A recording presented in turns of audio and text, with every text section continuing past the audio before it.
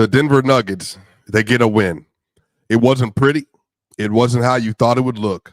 But all that matters is the Nuggets finally get a win on the road. 137-134 versus a Philadelphia 76ers team that is, quite frankly, one of the most injured teams in the NBA. No Paul George, no Embiid. And one of the things about this is, too, the Nuggets just played this team. They were dominating, even with Paul George and Maxey on the floor. But as you know, the Nuggets, they have been skidding as of late. Their defense has been atrocious as of late. And tonight, it was just a little bit more of the same thing from this team. But they're able to get the win. That's all that matters. The Nuggets are now up to 29-19, and the next game they play, they'll be able to get another victory, hopefully a comeback with a positive record at 30-19, and we can start to rebuild some momentum.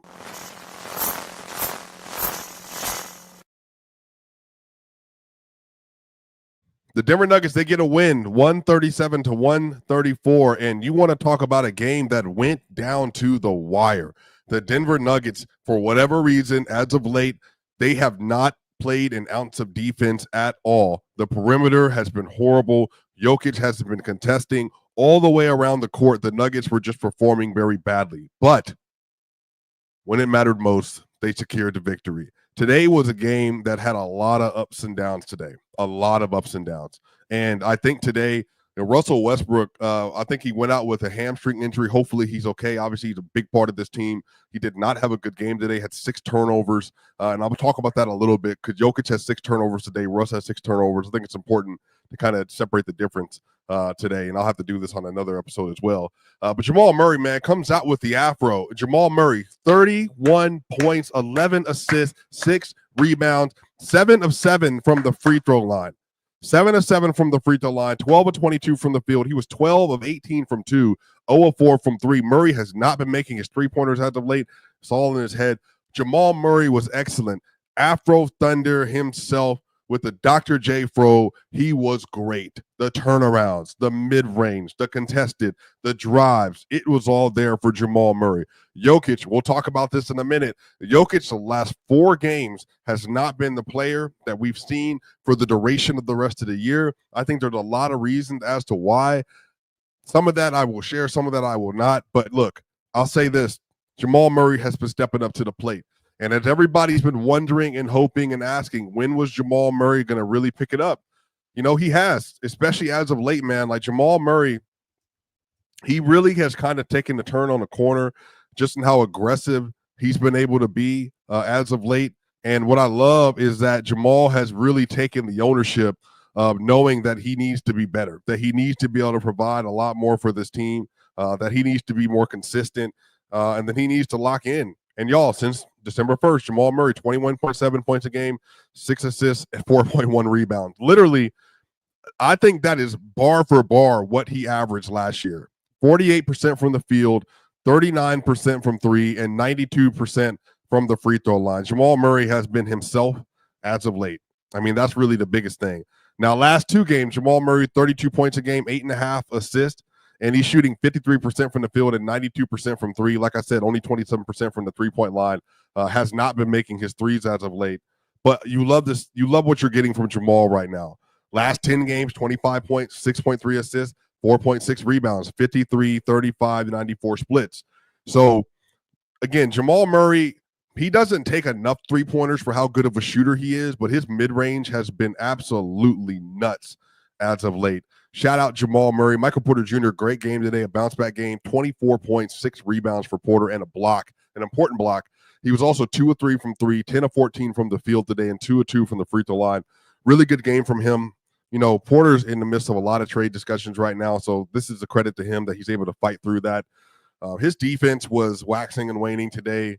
It was good at times, not great at times. He did get some ISO stop, but like I said, that block was huge. 29 minutes for him tonight.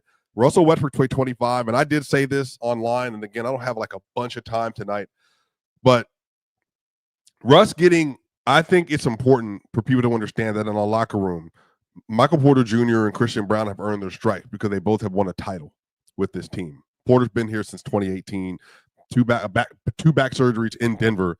And then on top of that, obviously all the stuff that he's gone through with dealing with Malone's lineup, dealing with Malone's criticism, dealing with Malone telling him he needs to do this, needs to do this, needs to do this.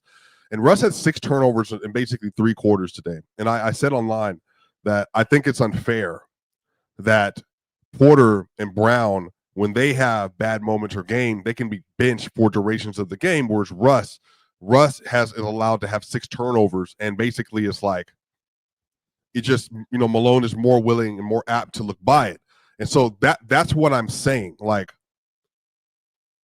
the players, I can tell you, notice stuff like that. And I think that is just, it's interesting that Malone is more partial to the veteran who has, I think, a much wilder streak of play when he turns the ball over. Again, really high upside at the same time. But whereas Porter is a ceiling raiser. He's not like a floor general, but he's a very good scorer. He's been a good rebounder for this team. He's done a lot of things defensively well at times as too. So it's just, there's so much more onus though on Porter to have to do things really well as opposed to Russ. And again, it's one team, but I think there's enough that's happened from Booth, Malone, and things that have happened in the locker room from Aaron Gordon and the starting thing and him getting placed back in the starting lineup, Christian Brown going to the bench, Russ staying as a starter. There's so many dynamics that are at play right now, man, that like they just have to be conscientious of how all that stuff is landing. But Porter, he handles stuff really well today. And then Russell Westbrook, like I said, just 4 points for him, 2 or 3 from the field. He did have 7 assists and 2 steals. Christian Brown off the bench, 15 points, 5 rebounds and 2 assists, 3 turnovers for him. He got especially really bad, lost on drives multiple times, had a charge, also threw ball, like basically like out of bounds off a player, just some stuff you just don't want to see, but he played well. Peyton Watson, 6 points. Now he had 3 assists and 4 rebounds, just 3 or 4 from the field. His defense wasn't great. Nobody's defense was great tonight. Like, they gave 134 points. Nobody's defense was great. And if I check too, the Nuggets had a 139.8 offensive rating, and they let Philly, with no Embiid or Paul George, have a 136.7 offensive rating. Like, no defense was played tonight. It was horrendous. I mean, just horrendous. But again, if it makes anybody feel better, the Celtics,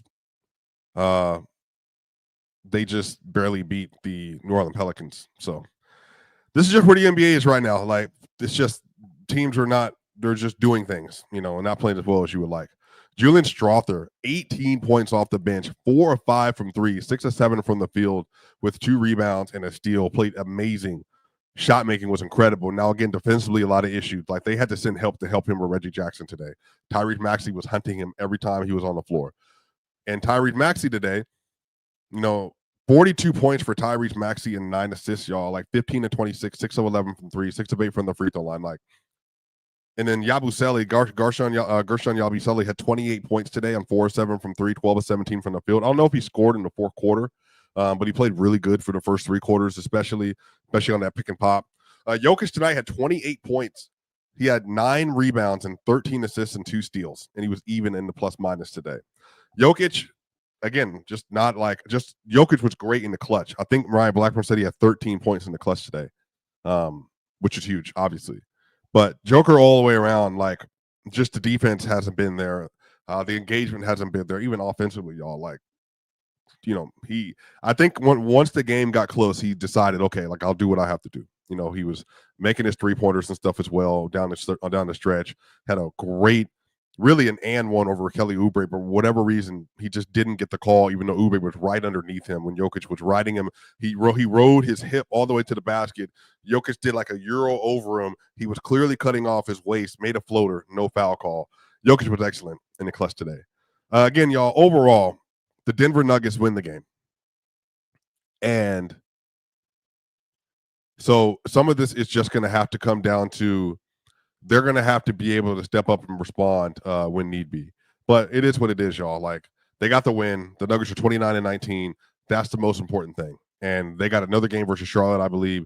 And then from there, they can come back home after a 5-game road trip. They have Charlotte. They come back for the Pelicans, a back-to-back game, Orlando, and then they got Phoenix, and then the Blazers back-to-back. All very winnable games, but will the Denver Nuggets do it? We will find out. Barn Out Project, are we overplaying and aging Russ? Are we asking him maybe a bit too much while Jamal and AG were down? Still an MPJ fan. Much better effort in the paint. Yeah, I mean, I think they are. I mean, I think Russ is 36 years old, so that's a lot. That's a lot to ask for. So I definitely think they are. I appreciate that super chat. That's a good question. I think they're over relying on him when he's not having great games, especially. The Nuggets had 72 paint points today. By the way, on the broadcast on ESPN today, Nuggets had 8 fast break points. They gave up 32. Again, no defense played. The Nuggets had 72 points in the paint, y'all, and they almost lost the game. Why? Because tonight the Nuggets were 7 for 12 of 23 from 3, 52%, but Philly was 21 of 40, 53%. They got outscored. Okay? They got outscored by 27 points from the three-point line, which again is a reoccurring issue, y'all. If you're not going to take a lot of threes, you have to defend the three. In the last 5 games, they haven't been defending the three. Last 4 games, they haven't been defending the three. But overall, man, the Denver Nuggets, they get a win. They're currently on pace, I believe, to break the all-time record since paint points started getting tracked. They're on pace to break the record for the most paint points ever by a team in the NBA season. Like they're that dominant on the interior, but they're doing this when like everybody else is taking threes and they're still losing some games. So whatever, y'all. Swipe again. Y'all know what time it is. Make sure y'all like, share, and subscribe. Y'all my people. Hey, y'all. See y'all on the other side.